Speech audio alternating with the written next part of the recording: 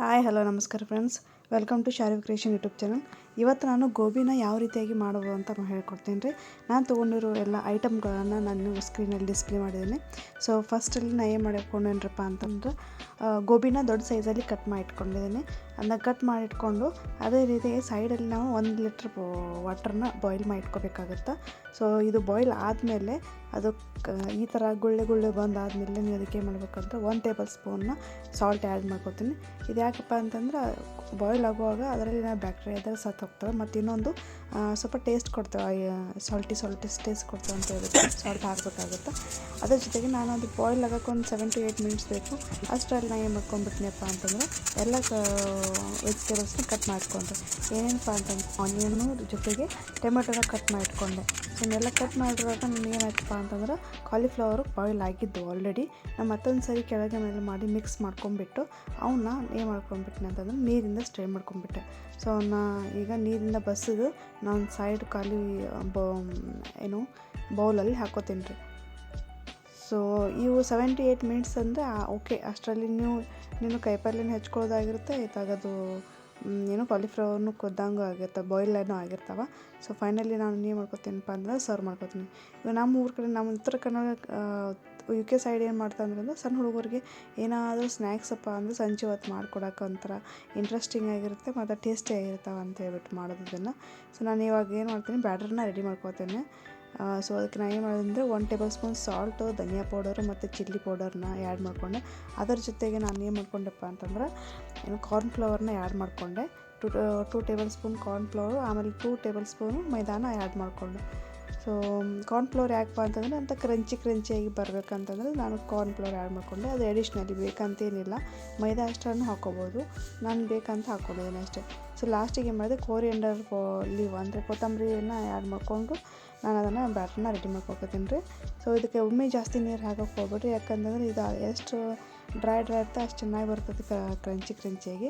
So ನಾನು ಏನು ಮಾಡ್ತೀನಿ ಅಂತಂದ್ರೆ ಸೈಡ್ಗೆ ಆಯಿಲ್ ಕಾಯ್ಸೋಕ್ಕಿಟ್ಟಿದ್ದೆ. ಆಯಿಲ್ ಕಾದಾದಮೇಲೆ ಕಾಯ್ದ್ಮೇಲೆ ನಾನೇನು ಮಾಡಿದೆ, ಕ್ರಂಚಿಯಾಗಿ ಸ್ವಲ್ಪ ಬ್ರೌನಿಷ್ ಕಲರ್ ಬರೋ ಹಂಗೆ ನಾನು ಅದನ್ನು ಫ್ರೈ ಮಾಡಿಕೊಂಡೆ. ಸೊ ಈ ರೀತಿಯಾಗಿ ಅದನ್ನು ಫ್ರೈ ಮಾಡ್ಕೋಬೇಕಾಗುತ್ತೆ. ಜಾಸ್ತಿ ಬಾಯ್ಲ್ ಮಾಡಬೇಡಿ, ಯಾಕಂದರೆ ಒಂದು ಸಲ ಬ್ರೌನಿಷ್ ಕಲರ್ ಬಂದರೆ ಸಾಕು. ಸೊ ನೆಕ್ಸ್ಟ್ ನಾನು ಏನು ಮಾಡ್ತೀನಪ್ಪ ಅಂತಂದ್ರೆ ಮಂಚೂರಿಯನಿಗೆ ರೆಡಿ ಮಾಡಬೇಕಲ್ಲ. ಸೊ ಮಂಚೂರಿಯನಿಗೆ ರೆಡಿ ಮಾಡ್ಕೊಳ್ಳೋಕೆ ನಾನು ವೆಜಿಟೇಬಲ್ಸ್ ಆವಾಗಲೇ ಕಟ್ ಮಾಡಿ ಇಟ್ಕೊಂಡಿದ್ದೆ. ಸೊ ಅದ್ರ ಜೊತೆಗೆ ಬೆಳ್ಳುಳ್ಳಿನ ಸುಲಿದಿಟ್ಕೊಂಡು ಪೀಸ್ ಮಾಡಿ ಇಟ್ಕೊಂಡಿದ್ದೀನಿ. ಸೊ ಅದಕ್ಕೆ ನಿಮಗೆ ಜಾಸ್ತಿ ಬೇಕಾದರೆ ಜಾಸ್ತಿ ಮಾಡ್ಕೊಬೋದು, ಇಲ್ಲ ಸ್ವಲ್ಪ ಪ್ರಮಾಣದಲ್ಲಿ ಮಾಡಿಕೊಂಡು ಸ್ವಲ್ಪ ಪ್ರಮಾಣದಾಗೂ ಮಾಡ್ಕೊಬೋದು. ಎಡಿಷ್ನಲ್ ನನಗೆ ಇಷ್ಟ ಆಗುತ್ತೆ ಅಂತ ಹೇಳ್ಬಿಟ್ಟು ನಾನು ಹಾಕಿದ್ದೀನಿ. ಸೊ ಇವಾಗ ನಾನು ಮಂಚೂರಿಯನಿಗೆ ಒಗ್ಗರಣೆ ಕೊಡತ್ತೀನಿ ರೀ. ಫಸ್ಟು ಆಯಿಲ್ ಹಾಕ್ಕೊಂಡೆ. ನಿಮಗೆ ಆಯಿಲ್ ಡಿಪೆಂಡ್ಸು.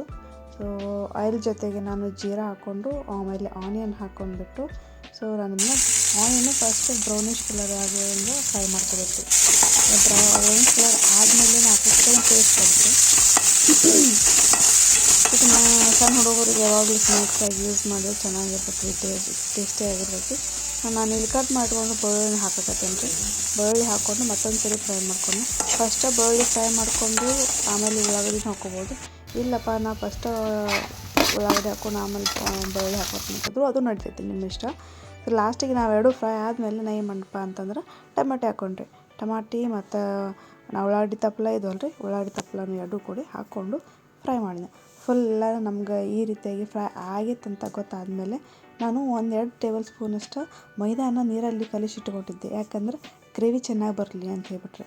ಹಂಗೆ ಇಲ್ಲ ಅಂತಂದರೆ ಉದುರು ಆಗಿಬಿಡ್ತಾವೆ. ನಿಮಗೆ ಅಷ್ಟು ಗ್ರೇವಿ ಈ ಥರ ಗ್ರೇವಿ ಬೇಕಂದ್ರೆ ಮೈದಾ ಹಿಟ್ಟನ್ನ ಹಾಕಿ ಮೈದಾ ಹಿಟ್ಟನ್ನ ನೀರಲ್ಲಿ ಮಿಕ್ಸ್ ಮಾಡಿಬಿಟ್ಟು ಅದನ್ನು ಹಾಕಿ ಮತ್ತು ನಾನು ಗ್ರೇವಿನ ರೆಡಿ ಮಾಡ್ಕೊತೀನಿ ರೀ. ಅದರ ಜೊತೆಗೆ ನಾನು ಏನು ಮಾಡಿದ್ದೀನಿ ಅಂತಂದ್ರೆ ಗ್ರೀನ್ ಚಿಲ್ಲಿ ಸಾಸು ಮತ್ತು ಸೋಯಾ ಸಾಸನ್ನ ಹಾಕ್ಕೋಬೋದು ರೀ. ನಿಮಗೆ ಎರಡರಲ್ಲಿ ಒಂದೇ ಇದ್ರೂ ಹಾಕ್ಕೋಬೋದಿಲ್ಲ, ಎರಡು ಇದ್ದರೆ ಎರಡನ್ನೂ ಹಾಕ್ಕೊಂಬಿಡಿ. ಸೊ ಅದೆಲ್ಲ ಸಾಸ್ ಹಾಕಿ ಮತ್ತೆ ಫ್ರೈ ಆದಮೇಲೆ ನಾನು ಲಾಸ್ಟಿಗೆ ಹುರಿದಿಟ್ಕೊಂಡ್ರೆ ಫ್ರೈ ಮಾಡಿರೋಂಥ ಕಾಲಿಫ್ಲವರ್ ಏನಿದೆಲ್ಲ, ಸೊ ಅದನ್ನು ಗೋಬಿನ ಅದಕ್ಕೆ ಹಾಕಿ ಮಿಕ್ಸ್ ಮಾಡಿದೆ. ಸೊ ಮತ್ತೊಂದು 2-3 ಸರಿ ಮಿಕ್ಸ್ ಮಾಡ್ಕೊಂಡ್ಬಿಟ್ಟು ಲಾಸ್ಟ್ ಮೂಮೆಂಟಲ್ಲಿ ಮತ್ತೆ ಎಡಿಷ್ನಲಿ ನಿಮ್ಗೆ ಸ್ಪ್ರಿಂಗ್ ಆನಿಯನನ್ನು ಕಟ್ ಮಾಡಿಕೊಂಡ್ರೆ ಸ್ಪ್ರಿಂಗ್ ಆನಿಯನ್ ಹಾಕಿಬಿಟ್ಟು ಮತ್ತೊಂದು ಸರಿ ಚೆನ್ನಾಗಿ ಮಿಕ್ಸ್ ಮಾಡ್ಕೊಂಡ್ಬಿಟ್ರಿ. ನೀವು ನೋಡಿರಿ, ಈ ಥರ ಮಿಕ್ಸ್ ಮಾಡ್ಕೊಂಬಿಟ್ರೆ ಕಲರ್ಫುಲ್ಲಾಗಿರು ಮತ್ತು ಟೇಸ್ಟಿ ಆಗಿರು ನಿಮಗೆ ಗೋಬಿ ಮಂಚೂರಿಯನ್ ರೆಡಿ ಆಕತ್ರಿ. ವೆರಿ ಈಸಿ ಆಗಿರುತ್ತೆ. 1-2 ಸರಿ ವಿಡಿಯೋ ನೋಡಿಬಿಟ್ರೆ ನಿಮಗೆ ಆರಾಮ್ಸೆ ಮಾಡ್ಬೋದು. ಟ್ರೈ ಮಾಡಿರಿ, ನಿಮ್ಮ ಮಕ್ಕಳಿಗೆ ಇಷ್ಟ ಆಗ್ಬೋದು, ನಿಮಗೂ ಇಷ್ಟ ಆಗ್ಬೋದು.